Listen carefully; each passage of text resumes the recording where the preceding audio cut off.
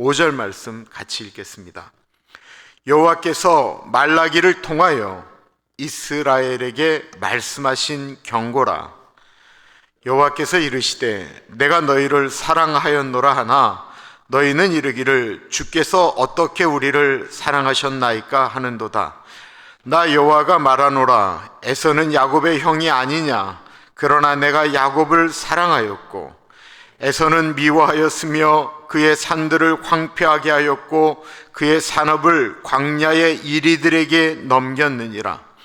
에돔은 말하기를 우리가 무너뜨림을 당하였으나 황폐된 곳을 다시 쌓으리라 하거니와 나 만군의 여호와는 이르노라. 그들은 쌓을지라도 나는 헐리라. 사람들이 그들을 일컬어 악한 지역이라 할 것이요 여호와의 영원한 진노를 받은 백성이라 할 것이며 너희는 눈으로 보고 이르기를 여호와께서는 이스라엘 지역 밖에서도 크시다 하리라. 아멘.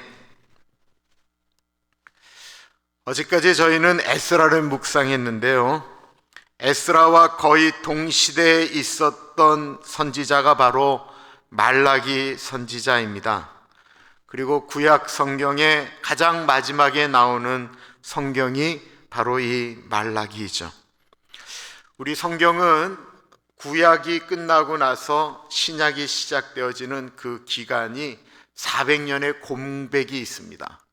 신학적으로는 이 시간을 가리켜 신구약 중간사라고 이야기를 하고요, 이 당시 나타났던 나라들이 있으면 우리가 마지막으로 아는 건 바벨론, 그리고 메데라고 이야기하는 건 세계사 시간에는 페르시아, 알렉산더 이런 사람들, 그 이후로 나타났던 것이 이제 그리스, 헬라, 이제 알렉산더가 이제 대표적인 사람이죠. 그리고 난 다음에 이제 로마 시대, 이게 한 400년의 공백이 있어요. 캐톨릭은 외경이라고 이야기하죠. 외경이라고도 이야기하고 또 다른 외경 외에 위경이라고도 있거든요. 그래서 이 신구약 중간에 들어가 있는 성경 말씀이 있는데 우리 기독교에서는 오로지 정경으로 들어가 있는 말라기까지, 그리고 시작되어지는 게 마태복음입니다. 이 중간 사이 맨 마지막에 이스라엘의 모습을 나타낸 것이 있다고 한다면 그게 말라기예요. 학개, 스가랴, 느헤미야, 에스라, 그리고 말라기, 이 정도가 거의 대략 동시대, 이스라엘 구약의 마지막 시대의 선지자들, 지도자였다라고 볼 수 있습니다. 말라기의 배경을 나타낼 수 있는 단어들이 몇 가지가 있는데 그 중에 대표적인 것이 말라기 1장 8절에 나오는 총독이라는 말이에요. 총독. 그 전까지 그 구약에는 총독이라는 말이 안 나와요. 느헤미야 때 나오고요, 에스라 때 나오는데 이 총독이라는 말은 페르시아 언어예요. 그러니까 식민지를 통치하기 위해서 보낸 사람들을 총독이라고 하잖아요. 우리가 기본적으로 얘기하면 빌라도 총독을 이야기하고, 가깝게는 우리가 식민지 때 한국을 다스렸던 사람이 일본 총독이었어요. 그러니까 이 총독이라는 말이 말라기에 언급하면서 이거는 이스라엘이 돌아와서 성전을 건축했던 그 시대를 이야기하는구나 라고 하는 것을 알 수 있는 게 이 총독이라는 말이에요. 또 이 말라기에 보면 성전에서 제사 드리는 이야기들이 나와요. 예배 드리는 형식에 대한 이야기가 나오는 걸 보면 솔로몬 성전이 완전히 멸망하고 다시 수룹바벨을 비롯한 1차 성전을 재건하기 위한 팀들이 돌아오잖아요. 그리고 이 성전 재건이 잘 이루어지지 않다가 다시 독려하면서 에스라 전에 있었던 사람들이 와서 성전을 재건하거든요. 학개나 이런 사람들이. 그리고 나니까 성전을 재건한 후에 예배드리는 모습이 나타나는 거 보니까 1차 귀환, 2차 귀환을 뛰어넘어서 진짜 BC 400년, 거의 마지막 시대 때 이스라엘이 성전을 건축하고 예배드리는 시간이 한참 지난 때를 의미한다라고 이야기할 수 있습니다. 성전, 이스라엘에게 있어서 성전은 어떤 의미입니까? 자신들이 하나님의 백성인 것을 나타내는 의미이고요, 하나님이 우리와 함께 하신다라고 하는 것을 나타내는, 그것이 바로 이스라엘에게 있어서는 성전입니다. 그렇다고 한다면 이스라엘 성전이 완전히 회파된 후에 그들이 다시 성전을 재건축할 때 이스라엘 사람들의 마음은 어땠을까요? 이 성전이 다시 재건된다고 한다면 그때 하나님께서 우리 이스라엘 백성들에게 잃어버렸던 70년을 단번에 회복시키는 놀라운 하나님의 은혜가 있을 것이다라고 기대하지 않았겠습니까? 우리가 예배를 어느 날 마음을 작정해서 잘 드리고 어떤 것들을 작정해서 기도를 드리고 금식하고 이렇게 하면 어떤 생각이 듭니까? 하나님이 분명히 이 일 가운데 같이 하여 주셔서 우리를 이 기도 제목을, 이 문제를 해결해 주실 것이다 라고 하는 생각이 들지 않겠습니까? 그런데 아무 일도 일어나지를 않았던 거예요. 도리어 말라기에 보면 가뭄이 들었어요. 그리고 식민지였기 때문에 때때마다 자신들이 농사했던 것들을 모아서 조공을 바쳐야 됐어요. 옛날에 다윗 왕 시대에, 솔로몬 시대에 영광을 꿈꿨던 이스라엘 백성들이 그 일들이 일어나지 않자 실망하기 시작했습니다. 아니, 우리가 이 정도 하면 하나님이 좀 해주셔야 되는 거 아닙니까? 우리가 이 정도 정성을 좀 보여주면 하나님도 좀 응답해 주셔야죠 라고 하는 생각이 들었는데 그 일이 이루어지지 않자 화가 나기 시작한 것입니다. 그리고는 견디지를 못하자 하나님과 싸움이 일어나기 시작했어요. 말라기는 부부싸움 할 때의 언어라고 생각하시고 보시면 제일 잘 이해가 돼요. 말라기는 하나님이 먼저 이스라엘 백성들에게 이렇게 말씀을 하십니다. 그러면 이스라엘 사람들이 거기에 대해서 반박하는 내용이 6번에 걸쳐서 나와요. 예를 들면 하나님께서 이스라엘 백성들에게 내가 너희들을 사랑했다 그러면 이스라엘 백성들이 웃기고 있네. 하나님이 언제 우리를 사랑하셨습니까? 너희들이 예배를 제대로 드리지 않았다. 웃기고 있네. 우리 다 드렸는데요. 뭐 이런 식이에요. 말라기의 저자는 말라기라고 이야기합니다. 그런데 성경학자들 중에는 느헤미야서가 에스라가 쓴 것처럼 이 말라기도 에스라가 썼다라고 이야기하는 주장도 있어요. 근데 말라기 1장 1절은 말라기가 저자라고 이야기를 하는데 왜 그런 이야기가 나오는지 잠깐 그냥 뭐 중요하진 않아요. 1절에 보면 여호와께서 말라기를 통하여 이스라엘에게 말씀하신 경고다 라고 이야기하니까 말라기라고 이제 정통적으로 해석을 하는데 이 말라기라고 하는 말의 뜻이 나의 천사, 나의 사자라고 하는 뜻이거든요. 나의 메신저라는 거예요. 하나님의 말씀을 전하는 천사라고 하는 거예요. 그러니까 내가 나의 사자를 보내서, 사신을 보내서 너희들에게 하는 말이다 라고 얘기하니까 이 말라기는 사람의 이름이 아닌 하나님께서 어떤 메신저를 통해서 전달하는 말이 아닌가 라고 이야기하면서 에스라라고 이야기하는 분들도 있는데 전통적인 거는 그냥 말라기라고 하는 선지자가 썼다라고 이야기를 합니다. 이 말라기가, 이 사자가 전한 말이 좋은 말이면 얼마나 좋을까요? 좋은 말 전하는 게 얼마나 복된 일입니까? 나의 천사, 나의 사자라고 했는데 좋은 말만 전하는 천사가 있었어요. 복된 말만 전하는 천사. 그 천사 이름이 누구이죠? 가브리엘. 가브리엘은 세례 요한의 엄마 아빠에게도 좋은 말을 전했고 마리아에게도 좋은 말을 전해서 가브리엘 천사가 나오면 좋은 말을 전한다라는 거예요. 말라기는 어떤 말을 전했을까요? 1절에 보면 경고라고 했습니다. 경고의 뜻은 무엇입니까? 조심하고 삼가하라는 의미예요. 경고를 무시하게 되면 어떤 일이 벌어집니까? 축구에서 경고가 있어요. 한국말로는 경고라고 얘기하고 영어로는 옐로우 카드를 얘기를 해요. 이게 경고예요. 선수가 규칙을 어기고 심한 반칙을 하게 되면 첫 번째로 하는 게 경고예요. 근데 경고를 무시하고 똑같은 일을 하면 그 다음엔 퇴장이 되는데 레드카드가 나오는 거예요. 이 경고예요.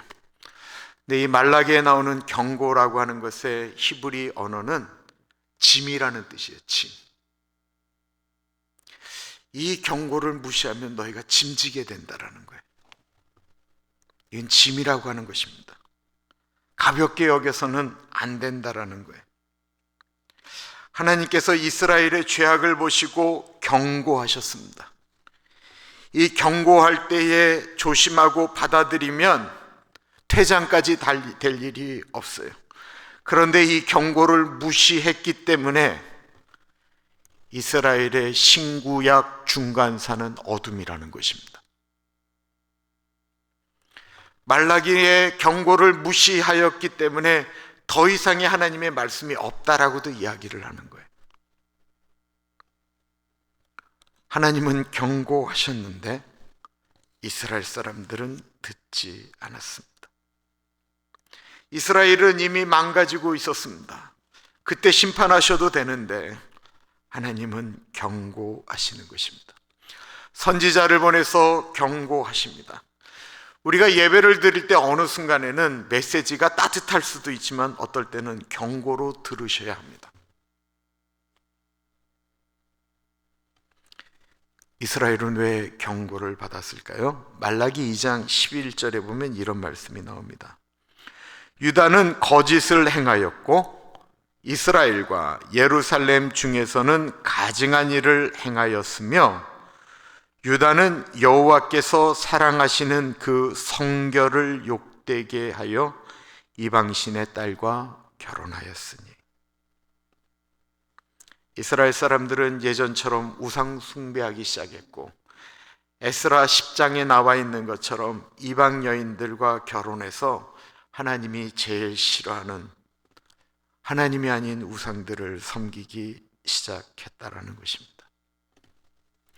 내일 본문에 보시면 신앙생활이 형식적으로 변하기 시작했습니다. 신앙생활이 형식적으로 변할 때 일어나는 현상이 무엇인 줄 아세요? 예배가 가벼워집니다. 예배가 더 이상 인생 가운데, 우리의 일생 가운데 중요한 일이 되지 않는 거예요. 머릿속에 한번 생각을 해보세요. 신앙생활이 형식적이 되면 예배가 중요시 여기게 되지 않습니다. 미국이 그렇게 됐습니다. 우리도 그렇게 되었습니다. 어떻게 해서든지 예배를 드리기는 드려야 되겠는데 예배가 내 삶을 터치 안 하게 하려면 어떻게 해야 돼요? 예배 시간을 계속 줄여야 돼요. 그러면서 얘기하는 거예요. 긴 예배가 뭐가 그렇게 중요하냐? 하나님께 예배 드리는 게 중요하지. 뭐 몇 번 예배 드리는 게 중요하냐? 한 번 제대로 드리는 게 중요하지. 다 맞는 말이에요. 의미로는 충분히 전달이 돼요. 그런데 어떤 일들을 보면 예배가 더 이상 중요하게 여겨지지 않게 되었다는 것입니다.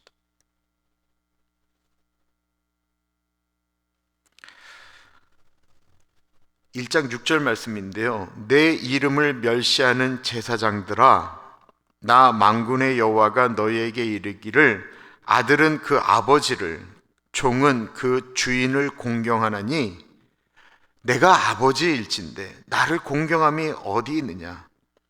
내가 주인일진데 나를 두려워함이 어디 있느냐 하나 너희는 이르기를 우리가 어떻게 주의 이름을 멸시하였나이까 하는도다. 예배를 엉터리로 드린 다음에 아니 우리가 언제 하나님을 멸시했습니까? 이렇게 얘기한다라는 거예요. 그럼 어디서부터 이런 일이 벌어지기 시작한 걸까요? 하나님에 대한 사랑, 신뢰가 무너졌기 때문에 그렇습니다. 하나님은 이스라엘 백성들에게 내가 너희를 사랑하였다라고 말하였더니 이스라엘 사람들이 그 사랑의 고백을 듣고 뭐라고 합니까? 만약에 우리가 하나님께서 인철아 내가 너를 사랑하였다라고 이야기하면 그거 얼마나 기가 막힌 얘기겠어요. 이스라엘이 뭐라고 대답했을까요? 2절입니다. 여호와께서 이르시되 내가 너희를 사랑하였노라 하나 너희는 이르기를 주께서 어떻게 우리를 사랑하셨나이까 하는도다. 하나님 도대체 언제 우리를 사랑하셨습니까? 도대체 해주신 게 뭐가 있다고 사랑 타령이야? 당신이 설거지를 제대로 한번 해주기를 했어? 밥을 한번 해주기를 했어? 맨날 갔다 오면 옷이나 질질질질 뱀 허물 법듯이 질질질 끌고 왔지. 내가 그거 몇 번 얘기했어. 수십 년을 얘기해도 한 번도 고쳐지지 않으면서 당신이 나를 사랑했다라고 얘기하는 게 말이나 돼? 부부싸움 할 때 생각하시면 딱 맞는다라는 거예요. 부자가 안 된 게 화가 났어요. 자식에 대해서 기도하는데 제대로 안 되는 게 화가 났어요. 병이 낫지 않는 게 화가 났어요. 남들보다 잘 안 되는 게 화가 났어요. 이들은 하나님의 사랑을 느낄 수가 없다라는 것입니다. 눈에 보이는 것이 없으니까 하나님이 우리를 언제 사랑했느냐라고 이야기한다라는 것입니다. 이스라엘에게 사라진 게 뭐예요? 감사가 사라졌어요. 하나님이 이스라엘을 사랑하셔서 베풀어 주신 은혜, 축복, 회복을 다 잊어버렸어요. 내가 신앙의 위기가 왔다라고 하는 것을 언제 깨달을 수 있습니까? 감사가 사라질 때 아, 내가 병들었구나 라고 생각하면 딱 맞아요. 이스라엘 사람들이 하나님께 언제 우리를 하나님께서 사랑하셨느냐라고 따지자 하나님께서 이스라엘이라고 불리우는 이들에게 야곱과 에서의 이야기를 꺼내죠. 이스라엘은 야곱의 이름이에요. 야곱이 하나님과 야복강가에서 씨름하잖아요.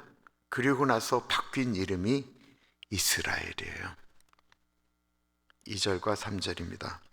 나 여호와가 말하노라 에서는 야곱의 형이 아니냐. 그러나 내가 야곱을 사랑하였고 에서는 미워하였으며 그의 산들을 황폐하게 하였고 그의 산업을 광야의 이리들에게 넘겼느니라. 야곱을 사랑한 하나님의 사랑은 이게 이해할 수가 없는 사랑이에요. 한량 없는 사랑이에요. 갚을 길 없는 은혜예요. 도대체 왜 사랑하지? 우리가 성경을 읽으면서도 도대체 야곱을 왜 사랑하시는 거야? 야곱이 도대체 사랑받을 행동을 뭘 했지? 라고 하는데 우리 사람이 봐도 이해가 안 되는 사랑이에요. 그래서 이런 사랑, 무조건적인 사랑, 조건 없는 사랑, 이해할 수 없는 사랑을 가리켜 보통 아가페 사랑이라고 하잖아요. 그러니까 야곱을 사랑했다라고 하는 이 사랑이 아가페 사랑입니다. 아가페 사랑이라고 하는 건요, 설명이 안 되는 사랑을 의미하는 거예요. 야곱과 에서의 얘기는 창세기 27장이 나오죠. 이삭이 자식을 낳았어요. 리브가를 통해서 자식을 낳았는데 그 자식의 쌍둥이였거든요. 형의 이름이 에서였고 동생의 이름이 야곱이에요. 에서가 형인데 제가 좋아하는 느낌의 남자예요. 남자답고 사냥 좋아하고 씩씩하고 어떤 것들에 대해서 통 크게 양보하고 밭죽 주면 내 장자권 양보할게. 시원시원해요. 이렇게 꽁한 게 없어요. 사람이 괜찮아요. 거기에 반해서 야곱은 여성적이고 야같습니다. 형이 배고픈 줄 알고 팥죽 들이대면서 배고프지? 이거 먹고 장자꽃 나한테 줘.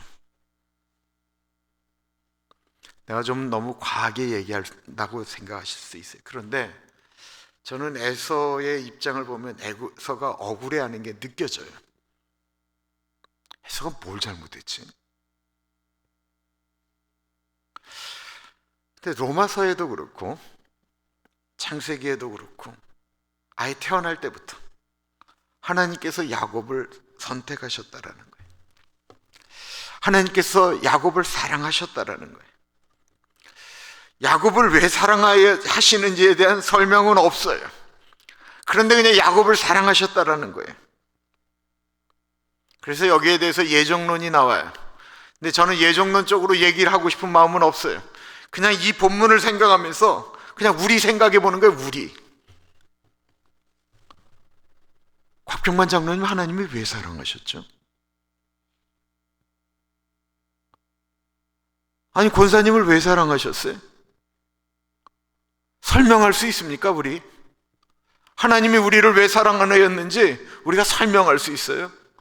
설명할 게 없어요.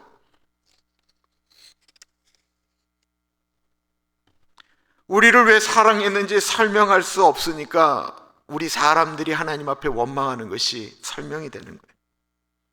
우리가 하나님의 은혜를 잊어버리고 우리가 그렇게 작정 기도했는데도 불구하고 하나님이 내 기도 안 들어주셨다라고 생각하면서 하나님이 나를 사랑하기는 뭘 사랑하십니까? 라고 이야기한다라는 것입니다.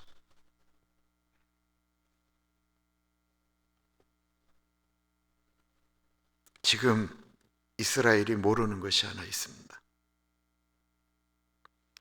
에돔은 아예 멸망당했는데 이스라엘은 하나님께 지금 경고받고 있는 거예요.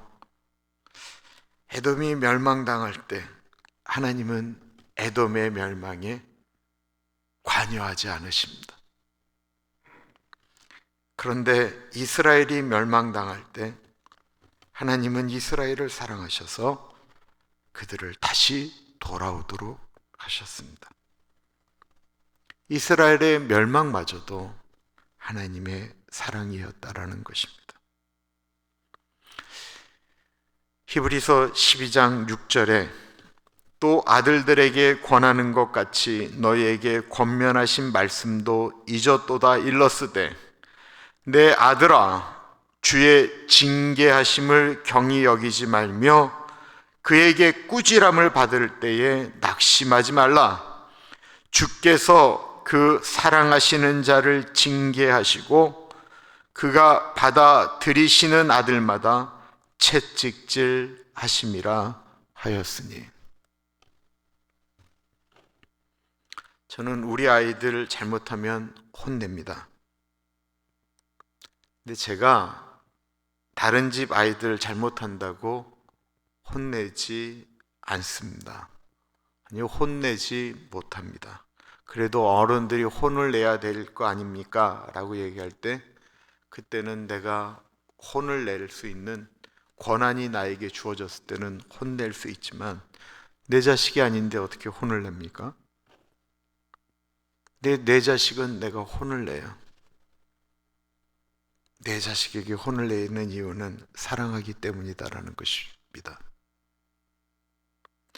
이스라엘은 지금 자신들의 형평만을 생각합니다.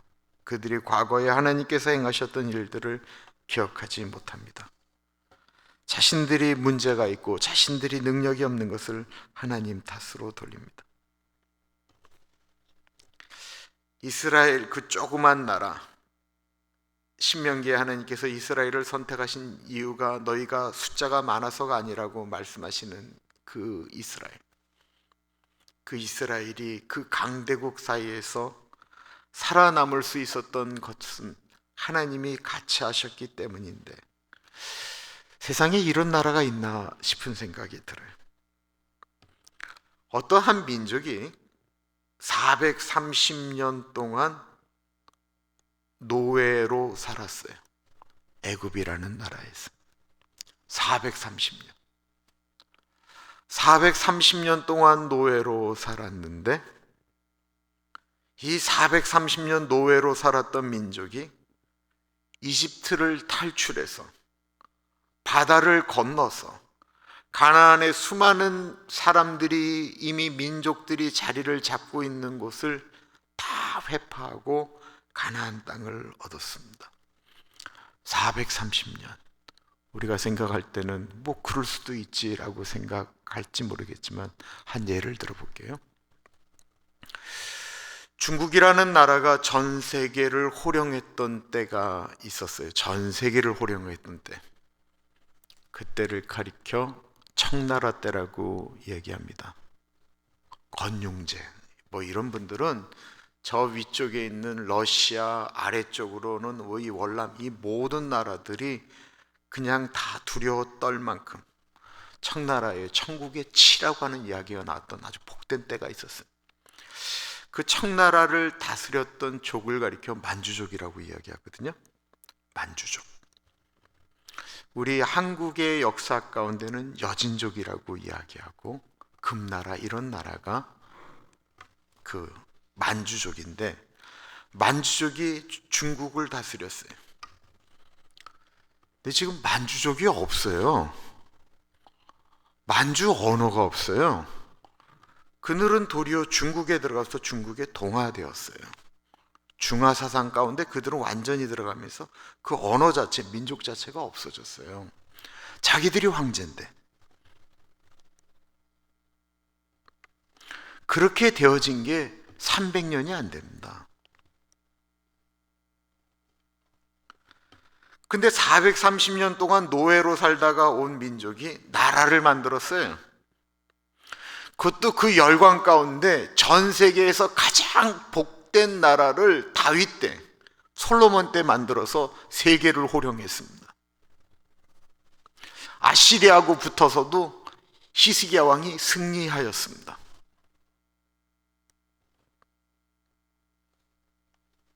바벨론에 멸망한 이후로 한 번도 제대로 나라로 만들어지지 않았는데, 한 번도 나라로 만들어지지 않은 기간이 몇 년이 흘렀냐면 2500년이 흘렀어요. 2500년.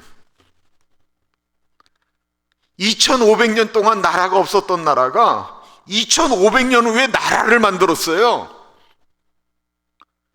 이런 나라를 자기들이 하나님 앞에, 하나님이 우리를 언제 사랑하셨습니까? 라고 얘기할까요? 이스라엘이 이제 그 얘기 안 해요. 독일 나치 때 600만의 유태인들이 학살당할 때에도, 그때도 유태인들이 그때는 하나님 언제 우리를 사랑하셨으니까 이렇게 얘기 안 했어요. 그들이 그 역사를 흘러가면서 2000년 동안 나라를 잃어버렸던 그때에도 옛날에 왜 우리가 나라가 멸망했는가, 하나님을 잃어버렸다라고 생각하면서 그때부터 그들은 그렇게 얘기 안 했어요. 그래서 이스라엘이 무서운 거예요. 아우슈비츠 그 수용소에서 그들이 태워지고 그들이 가스실로 들어가서 인간 비누가 되어 만들어질 때 사람들이 끊임없이 질문하였던 내용, 하나님은 어디 계십니까? 그때 나왔던 유명한 신학적인 언어가 바로 Here and Now예요. 하나님은 지금 여기 계신다라는 거예요. 여기. 이 고통의 현장에, 우리 민족이 이렇게 죽어가는 그 현장에 하나님은 우리와 더불어 아파하시며 죽어가고 계신다라는 것입니다. 이스라엘이 그런 신앙을 갖게 된 이유는 이스라엘의 역사가 다시는 그렇게 멸망하지 않겠노라고 하는 열망이 있기 때문에 그런 것입니다. 하나님은 우리를 사랑하신다라고 믿는 거예요. 이스라엘이 지금 하나님을 떠나서 살아가려고 할 때 하나님을 떠난 삶이 얼마나 어리석은가 에돔을 통해서 이야기하는 것입니다. 4절에 볼게요. 에돔은 말하기를 우리가 무너뜨림을 당하였으나 황폐된 곳을 다시 쌓으리라 하거니와 나 만군의 여호와는 이르노라. 그들은 쌓을지라도 나는 헐리라. 사람들이 그들을 일컬어 악한 지역이라 할 것이요 여호와의 영원한 진노를 받은 백성이라 할 것이며. 에서의 자손인 에돔은 무너졌을 때 오바댜나 이런 것들을 보면 그들이 얼마나 이스라엘 민족을 미워했는지 몰라요. 이스라엘이 멸망할 때 그들이 춤추며 노래하였다라고 하는 표현이 나와요. 그랬던 에돔이 본인들도 바벨론에 멸망당했거든요. 그러자 이들은 교만해서 얘기하는 거예요. 우리가 다시 우리나라를 세우겠다. 하나님 도움 이딴 거 필요 없고 우리는 우리 힘으로 세울 수 있다라고 이야기하는 거예요. 그러자 여호와 하나님이 말씀하시는 것입니다. 세울 테면 세워보아라. 에돔은 주전 553년 바빌론에 의해서 멸망당했고요. 주전 332년 알렉산더의 헬라 세력에 밀려서 네게부 북쪽 지역으로 이주하게 되었습니다. 이 에돔 사람들을 나중에 이두메족이라고 얘기했거든요. 그리고 그 이두메족의 대표적인 사람이 바로 헬라왕 헤로당이에요. 헤로당. 우리 그 성지순례 가셨던 분들이 감탄하였던 페트라 있잖아요. 페트라. 그게 바로 에돔의 수도였다라는 것입니다. 근데 지금 없잖아요. 이스라엘보다 훨씬 더 강력했는데 없어요. 근데 유태인들은 나라를 만들었다라는 것입니다. 우리가 아무리 힘이 들어도 하나님의 사랑을 의심해서는 안 됩니다. 하나님의 사랑을 믿고 의지하는 사람은 이길 수 있어요. 요셉 한번 생각해 보세요. 요셉. 세상에 요셉처럼 억울한 사람이 어디 있어요? 그 형들 고자질했다고 형들이 다 미워해서 그래도 아버지가 같은데 그 동생을 구덩이에 쳐넣고 그리고 노예 상인한테 팔아버리잖아요. 요셉이 구덩이에서 노예 상인에게 팔려나갈 때 하나님 언제 나를 사랑하셨습니까? 얼마나 할 말이 많았겠어요. 보디발의 집에 가서 열심히 일했어요. 그러다가 오해받은 거예요. 그것도 강간범으로 오해받은 거예요. 그렇게 노력을 했는데 그리고는 감옥에 들어가요. 감옥에 들어가서도 열심히 애쓰고 노력했는데 불러주는 사람이 없는 거예요. 물론 성경에는 감옥에 하나님께서 요셉과 같이 하심으로 그 전옥에 하나님의 은혜가 임했다라는 말씀이 있기는 해요. 여러분, 그래도 감옥이 감옥이죠. 감옥이 감옥 아니에요? 거기가 뭐가 좋았겠어요? 그런데 요셉이 하나님의 사랑하심을 의심하지 않고 그 안에서도 하나님을 따라 살았기 때문에 은혜가 임했다라는 것입니다. 요셉보다 힘든 사람이 흔할까요? 흔하지 않을 거예요. 지금 힘들어도 요셉과 같은 마음으로 갖고 있으면 회복이 되는구나. 우리가 그렇게 생각하셔야 돼요. 다윗이라고 하는 목동이 있어요. 전쟁터에 나갔더니만 골리앗 앞에 이스라엘 사람들이 다 떠는데 이 골리앗 입에서 나오는 얘기가 하나님을 모독하는 얘기예요. 이 소년 다윗이 자기가 사랑하는 하나님이 모욕당하는 게 견딜 수가 없으니까 그 전쟁터에 혼자 나가요. 물맷돌 5개 들고 나가서 골리앗과 싸워서 이기잖아요. 너는 칼과 단창으로 내게 오거니와 나는 네가 무시하는 조롱하는 이스라엘의 하나님 만군의 여호와의 이름으로 너에게 가노라 하면서 그 골리앗 이기잖아요. 다윗이 도대체 뭐 잘못했어요? 그런데 때때마다 사울왕이 다윗 죽이겠다고 창 던지는 거예요. 다윗이 도망 다녔어요. 아둘람굴에 숨어 있어야 됐고 블레셋 나라에 가서 미친 척 해야 되겠고 하여튼 그가 10여 년 동안 도망 다니는 날들이 수도 없었다라는 것입니다. 그런데 다윗이 한 번도 하나님을 원망하지를 않아요. 주옥 같은 시편은 다 다윗이 도망 다닐 때 나오는 거예요. 저희가 팬데믹 때 말이에요. 팬데믹 때 하나님께서 주신 은혜가 있었어요. 그때 그리고 한참을 불렀던 찬양이 내가 만민 중에라고 하는 찬양이에요. 하늘 위에, 이 찬양이 언제 만들어졌냐면 다윗이 굴 속에 숨어 있을 때 비파와 수구마 깰지어다 내가 새벽을 깨우리로다 라고 하면서 고백했던 찬양이 내가 만민 중이에요. 그 아둘람 굴에서 그 400여 명이 넘는 사람들이 먹을 것 없고 그냥 갇혀있는 그곳에서, 거기서 똥오줌 다 싸서 냄새나는 그곳에서 하나님을 붙들고 내가 새벽을 깨우겠다고 고백한 것입니다.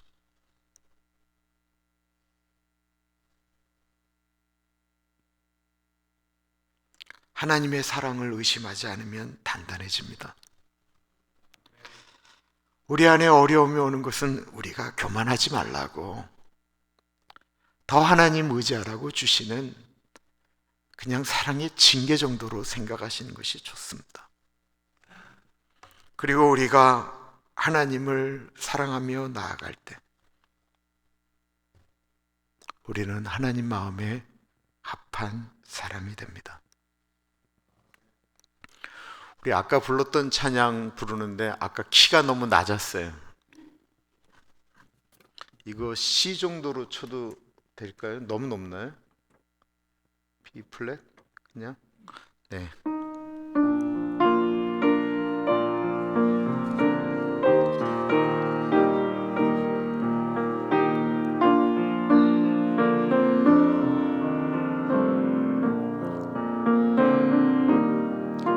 하나님은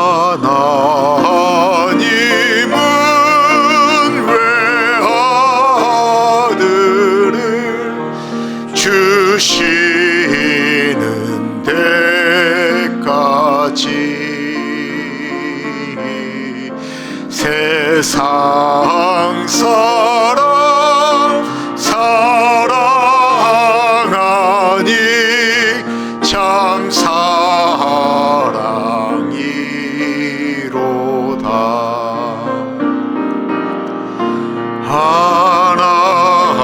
하나님은 사랑이라 죄악에 빠졌던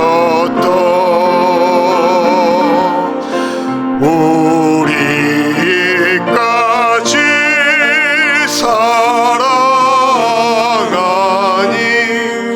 참 사랑 아닌가. 하나님을 배반하고 하나님을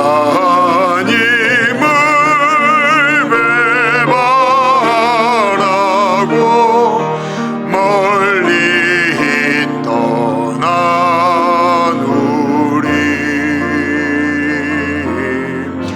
원수까지 대적하나 사랑하여 주네.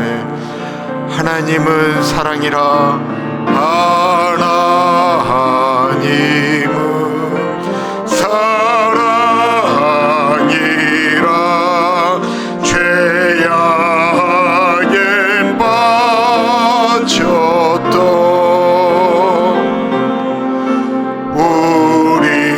우리까지 사랑하니 참 사랑하니.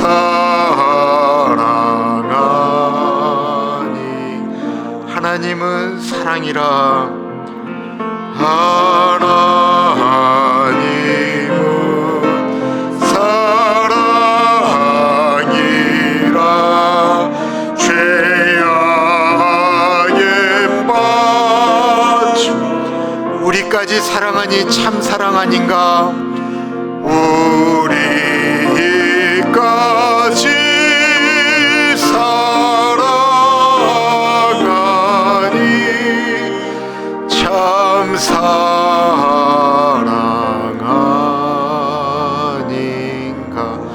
무반주로 찬양합니다. 하나님은 사랑이라. 하나님은 사랑이라. 죄악에 빠졌던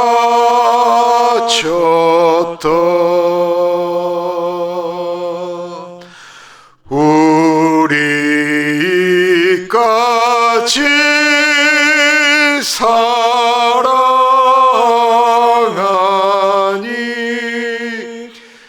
참 사랑인가.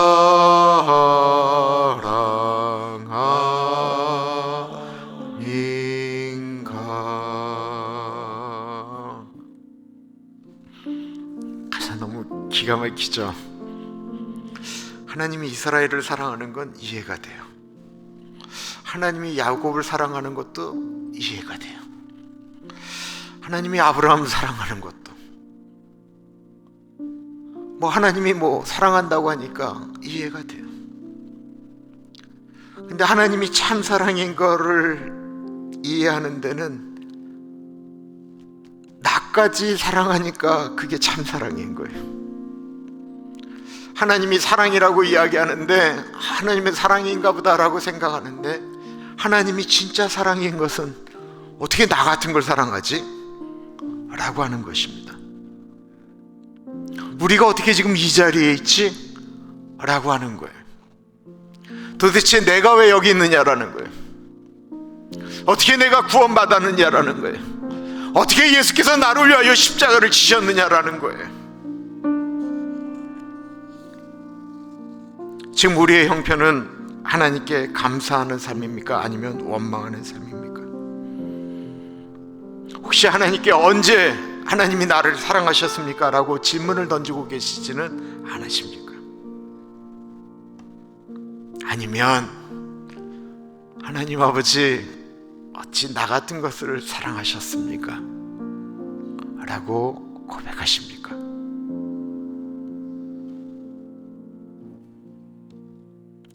하나님의 참사랑을 감사함으로 고백하겠습니다. 하나님 감사합니다. 하나님 사랑해 주셔서 감사합니다.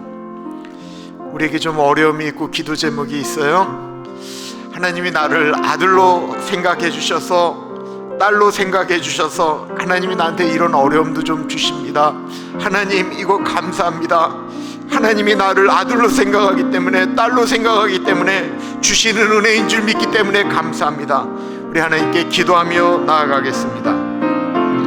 하나님 아버지, 어찌 우리 같은 것들을 사랑하셔서 하나님 아버지 이 자리에 불러주셨습니까?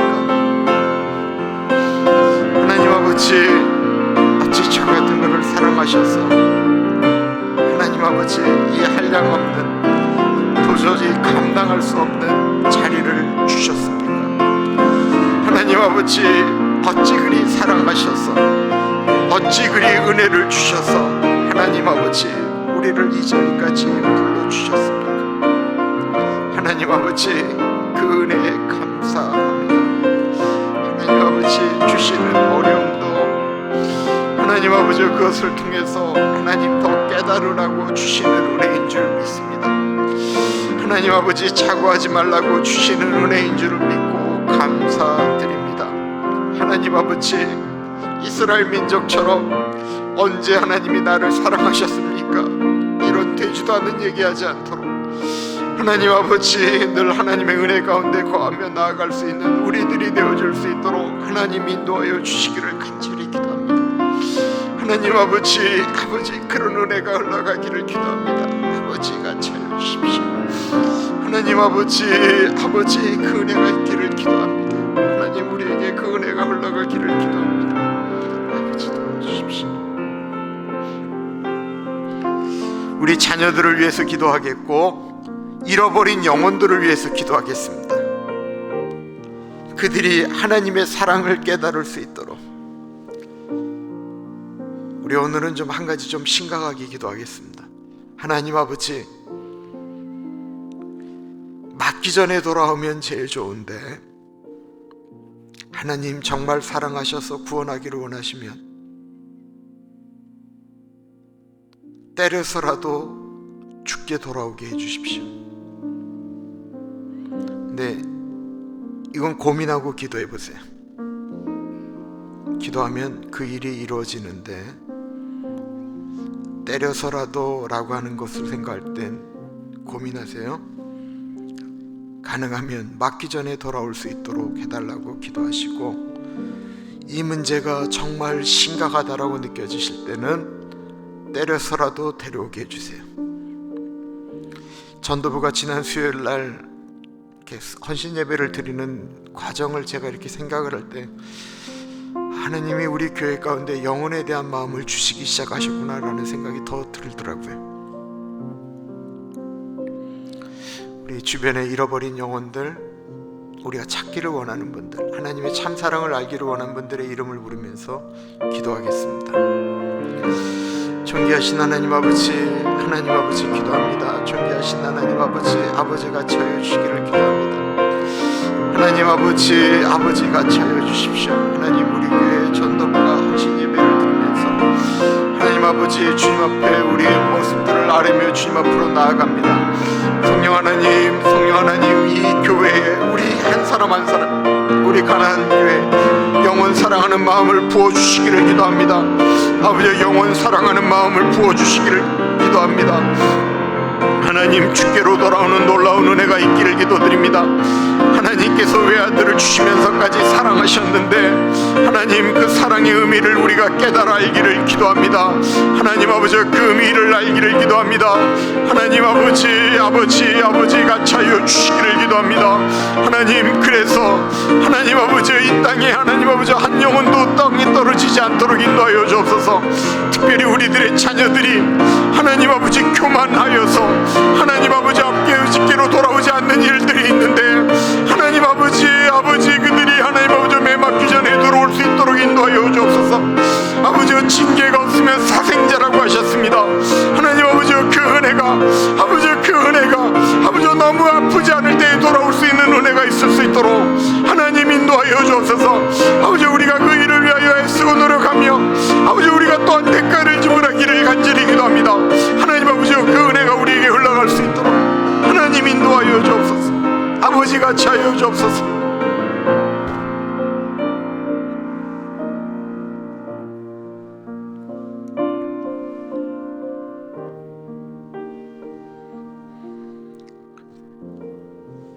미국을 축복하는 기도, 대한민국을 축복하는 기도를 하겠는데, 이런 순서대로 기도하겠습니다. 우리 교회가 있는 산타하나, 여러분들이 사시는 도시 이름, 시장, 경찰서장 축복하고, 오렌지 카운티 축복하고, 그리고 이 미국 축복하고, 우리 대한민국 축복하는 기도를 하겠는데요, 이제 계속 대물림 되는 것 같아서 마음이 아픈데, 윤석열 당선자가 이제 대통령이 되면 잘 되도록 도와줘야 되잖아요. 이 나라의 문제잖아요. 나라의 문제. 이게 무슨 색깔의 문제가 아니잖아요. 이 진보 좌파의 문제가 아니잖아요. 이 나라가 잘 되는 일인데, 뭐 되기도 전에 그냥 너무 끌어내리지 않았으면 좋겠어요. 잘 됐으면 좋겠어요. 미국에서 계속 총기 사고 나죠. 사람들이 무서워서 어디 못 돌아다닌다고 그러죠. 이게 미국 아니잖아요. 저는 이 산타하나 씨가 우리 교회 때문에 복 받았다라고 생각합니다. 우리가 도대체 산타하나 씨 축복해달라고 기도한 게 얼마나 많아요.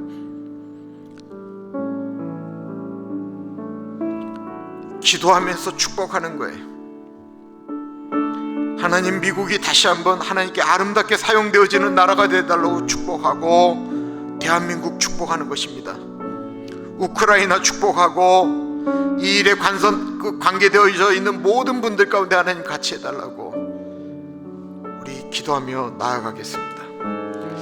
하나님 아버지, 산타하나 씨를 축복합니다. 하나님, 이 산타하나 씨 가운데 하나님, 우리 가나안 교회가 있는 것이 축복이기를 기도합니다. 하나님 아버지, 맡은 초등학교를 축복합니다. 산타하나 경찰서장을 축복하고 소방서장을 축복하고 하나님 아버지 시장을 주님의 이름으로 축복합니다. 부에나팍을 축복합니다. 하나님 아버지 우리가 살고 있는 지역이 하나님 아버지 건강할 수 있도록 아버지 은혜 나리여 주십시오. 아버지 오렌지 카운티를 축복합니다. 하나님 아버지 범죄 없는 도시가 되게 하여 주시고 하나님의 영광이 드러나는 이스트 카운티가 되어질 수 있도록 아버지 인도하여 주옵소서. 하나님 아버지 캘리포니아가 하나님의 법을 지키는 아버지 그런 주가 되어질 수 있도록 하나님 인도하여 주옵소서.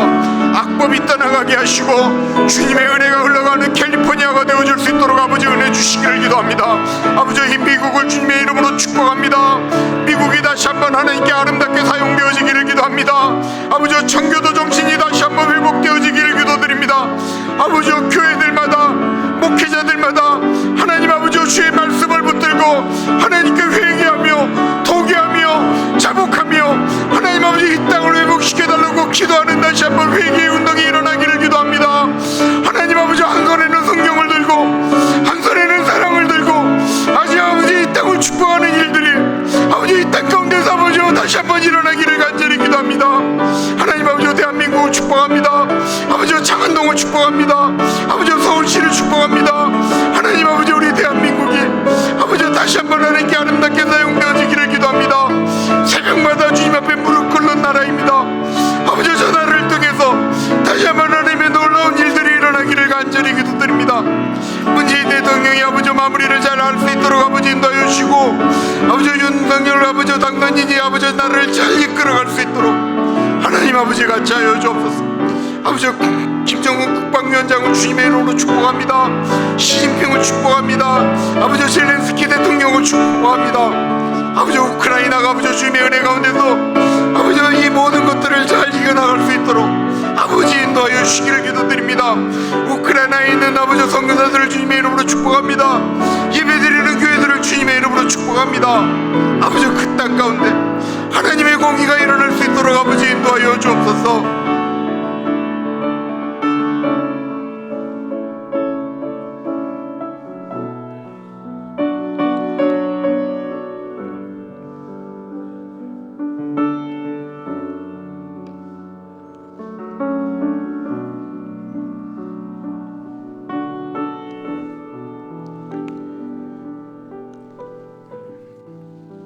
저희 우리 가나안 장로교회 예배를 위해서 기도하겠습니다.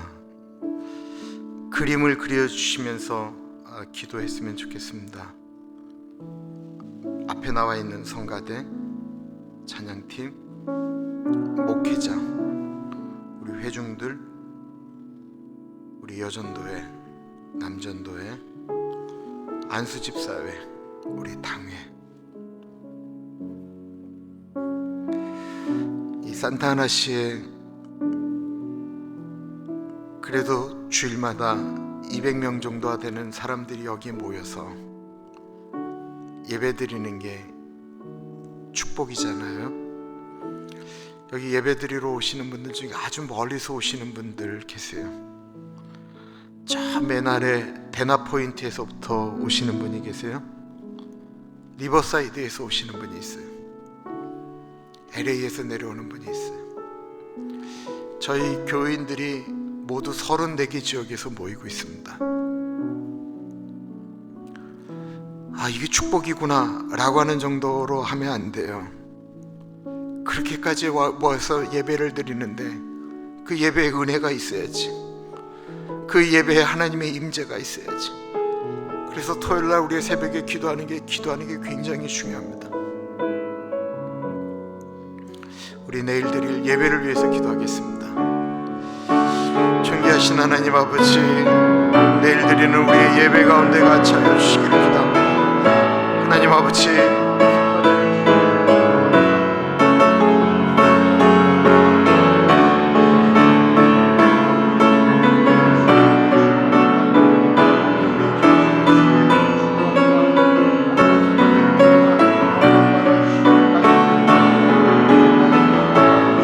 우리 박진사를 주님의 이름으로 축복합니다.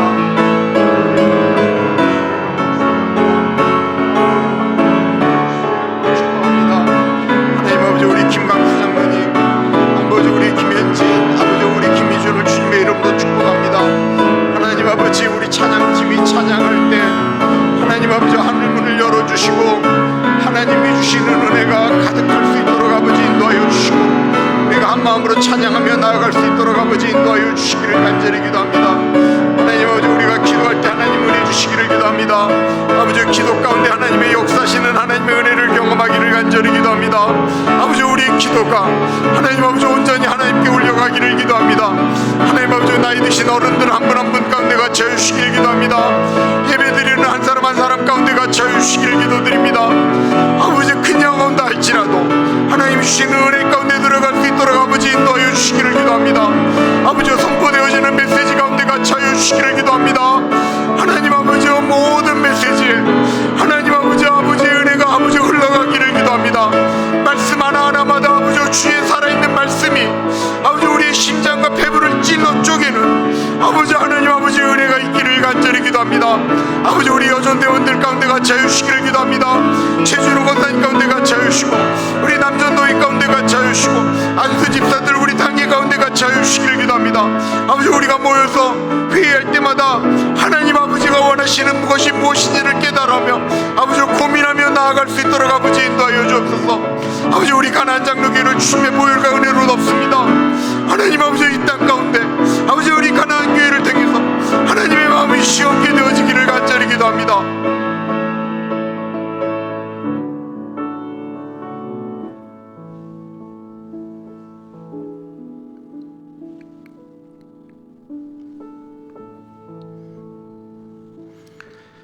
참으로 존귀하신 하나님 아버지,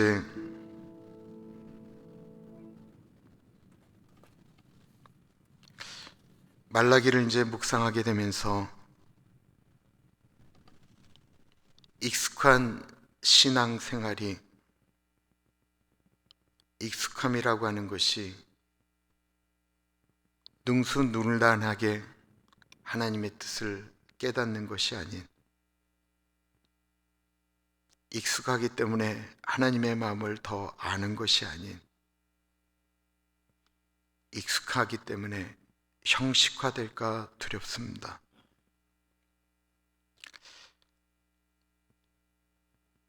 요한계시록에 나오는 에베소 교회처럼 하나님께 수고하고 헌신하고 하나님을 위하여 고난받는 것을 하나님이 다 아시지만 너에게 책망할 것이 하나 있는데, 첫사랑을 잃어버렸느라고 책망받는 것처럼 하나님 아버지, 우리가 분주하게 움직이긴 하는데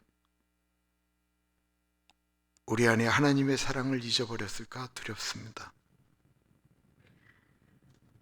처음 예수님 믿고 고백할 때 주님 어떻게 나 같은 것을 사랑하셨습니까?